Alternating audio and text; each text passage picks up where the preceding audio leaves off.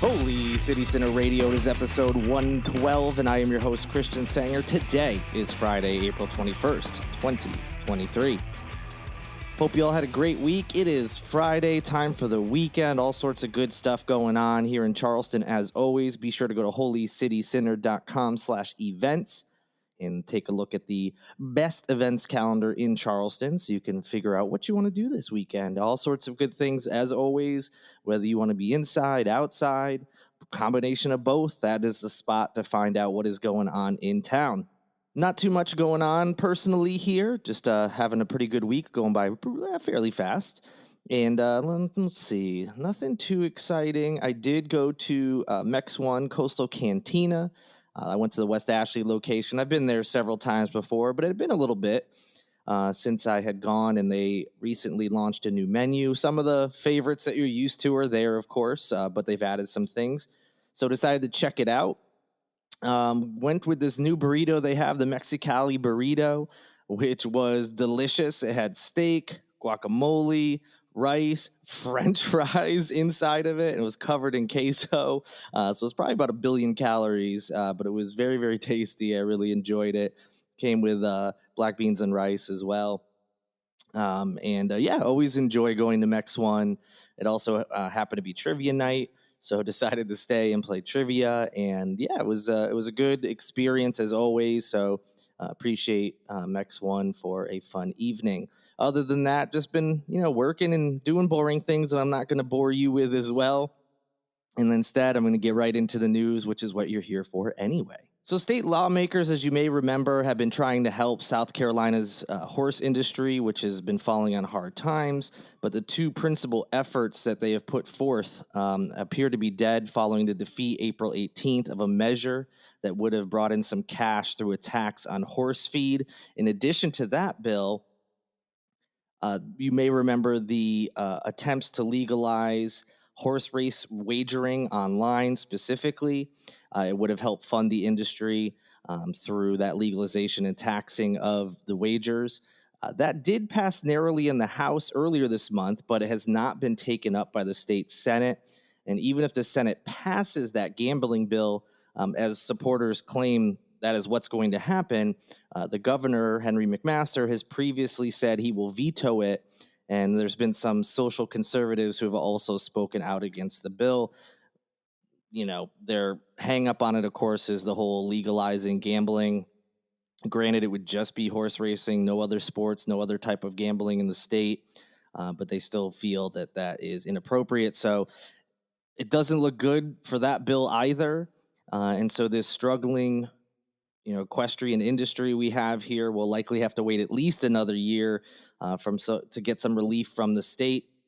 There's an article the Post and Courier put out about this as more details on why that industry is struggling, but a lot of it just has to do with it doesn't have the support of the state. It's not bringing in money to assist them, whereas other nearby states do have different, whether it's credits or income coming in through taxes to help support the industry, and that's not happening here in South Carolina. And a lot of the people who actually work in that industry say they're in big trouble if something doesn't happen soon. Keeping it at the Statehouse, a panel of South Carolina lawmakers recently listened to supporters and critics of a bill that would ban so-called free speech zones on public college campuses. This took place on Tuesday. That legislation would prohibit schools from establishing designated locations for demonstrations and instead would allow all outdoor areas of state college campuses to be considered public forums. Under the measure, school officials would still be able to maintain and enforce some rules for demonstrations. Critics of the bill said they support the intent of the legislation, but lawmakers should ensure it's tailored towards students and student groups and not so much outside organizations. The subcommittee did not take any action on the bill Tuesday, but did say that they will think over some possible changes before advancing it to the full committee. So some people saw the headline and, when I shared it on Twitter, didn't read the article, surprise, surprise, and weren't exactly sure what this meant. And of course, there's some comments on there like, no, that's not what this means. So as I just said, these schools right now in the state have zones on campus that are established for protests or demonstrations. This would remove that. which means that anywhere on campus would now be a place within reason. As I mentioned, there are some things that the school could still, as far as their own rules, put forth that would prevent demonstrations or protests in certain areas or certain times or whatever it may be. But by and large, the entirety of campuses would be open to demonstrations. Uh, People, including representatives from the ACLU and then organizations you think would normally be opposed to the ALCU, such as Turning Point USA, have said that they support the bill. They both think this is a win for free speech, that students should be able to protest wherever they want on campus, and there shouldn't be designated areas specifically for that. I do agree with that. I think protests should be allowed anywhere really within reason again. But I also agree with the critics who are worried that this may lead to outside organizations coming in and trying to set up demonstrations on campus for whatever reason. I think it should try to stay as a student or student group led situation, but other than that, I'm cool with it. Free speech, being able to protest and demonstrate, it shouldn't require permits or certain zones only. So definitely a fan of that legislation moving forward. All right, moving on. We could file this under the no shit Sherlock category. Charleston was among a group of cities that made the most vulnerable list for 2023 when it comes to flooding. As I said, no kidding. The recent list was put out by Climate Central, which is a nonprofit organization that researches climate change and its impacts on people. Obviously, we are no stranger to flooding here, whether it's from rain, tropical storms, hurricanes in the area, or extremely high tides, or king tides, as they're sometimes known. But despite that flooding, this area, whether it's Charleston or other parts of the Low Country in general, just recently made this list as being one of the most vulnerable cities. So, yeah, we've kind of assumed that was the case, but I guess officially we're on the list. Hooray! Experts, including someone by the name of Dr. Daniel Guilford, who was quoted in this article from ABC News 4, say that the main culprit is sea level rise, which of course is caused by climate change. Guilford said in this piece that obviously we expect sea level rise to increase. And he said that even if we ceased all carbon dioxide emissions tomorrow, sea level rise would continue over the next 30 or 40 years anyway. A lot of that change is already locked in, he said, because of the heat we've already put into the atmosphere. Um, so, yeah, that's obviously disappointing to hear that even if we somehow magically ended the pollution that we are using to damage our planet, we're still going to see this rise because the damage has already been done. So, like I said, no surprise that we've made this list. I don't think anybody hearing that is shocked. And really, the only reason I'm sharing it is more because, one, just as a reminder that, hey, this is a great place to live, but if things aren't done nationally and globally for that matter, a lot of places that we like to go to or frequent are going to have more and more flooding. They could be damaged. Things over time are going to disappear and they're going to be swallowed by the ocean. May not be in our lifetime, but it could be, at least to an extent. So that was one reason for sharing it, but also putting that, I want to share it because putting that urgency out there.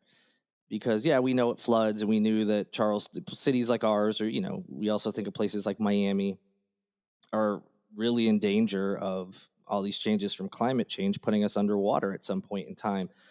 And even though we've all kind of assumed that and thought about it, being officially put on a list is, hey, no, now you're like one of the most vulnerable cities in the country. That kind of moves you to the top, even though if we thought we were already there. So again, just a reminder. Changes definitely need to be made. All right, now that I've sufficiently bummed you all out, what I want to talk about now is something more fun, of course. So, the annual Spoleto Festival is just around the corner. And starting tomorrow is the popular Locals Weekend Sale. If you are not familiar with this, every year the Spoleto Festival has a weekend specifically set aside for locals to purchase tickets, and you can get a discount on those tickets. So it's obviously a great time if you haven't already purchased any admission to any of the events coming up for the festival. This is a great opportunity to do that. So what happens is a promo code will be distributed today via email for the sale. The sale is valid on Saturday and Sunday only. Of course, that's the 22nd and 23rd. The discounts begin at 15%, but they increase with the number of performances in your order. So, for instance, if you enter this promo code that is going out today, when you're purchasing tickets online, you can actually give them the code over the phone as well. You receive that 15% off tickets to one performance, but you will then get 20% off tickets if you purchase for two performances. And then 3 or more performances will get you 25% off those tickets. That's pretty great. The discount will apply to a maximum of six tickets, which I would imagine most people out here, that's plenty. A lot of people probably just buying 2, 3, 4, but you can go up to 6 and get the discount. They can't be combined with any other offers. And unfortunately, no, if you've already bought tickets, you can't apply it to those. To be eligible for the sale, your billing address must be in the 294 zip code range. So if you are if your zip code is one of the 294s, you are eligible, but you do have to be on the Spoleto email list. No details on if you're just hearing this now and the code has already gone out. I don't know if it's too late for you to sign up for that email, but you should do so anyway, because the email list, in addition to you getting that code every year going forward, if they continue the weekend only sale, you'll also just know before anybody else when announcements are going to be coming, when performances and shows are officially announced. You'll be one of the first to know about it. So I recommend being on their email list anyway. You can go to spoletousa.org to sign up for that email list. And hopefully a lot of you will take advantage of that sale and get some tickets and go see one of the performances at this year's Spoleto Festival. I've been to multiple shows, events, performances, and all sorts of things over the years. Always have a good time. You can see in-depth details about each performance on the website too. So whether you're a fan of opera or theater or just regular live music concerts, art installations, whatever it may be, they have very detailed descriptions. You can break it up by category so you can only see the events you're interested in. And like I said, I've always had a really good time. When you have a big festival like this and involves theater performances and things, some things may not be your cup of tea, but for the most part, I've always had a great time checking out these events, so I encourage you to do the same. So take advantage of that sale this weekend. Like I said, you can find other plans and events at holycitycenter.com/events. There's a mobile version of the events calendar. If you're on your phone, you can just click on the link at the top. It'll bring you to a version that's easier to read on your cell phone or iPad or whatever mobile device you use. So no matter how you get to the website, you'll be able to see a clear events calendar and be able to pick out your perfect weekend events. While you're over there, you should also click on over to holycitycenter.com/shop. You can pick up some merchandise that helps support this podcast. You can also help support everything involving Holy City Center at patreon.com/holycitycenter. And of course, as always, rate, review, like, subscribe, whatever you can do on the streaming platform you're currently listening to the show on. Any of those things will also help get this podcast in other people's ears. I would greatly appreciate that.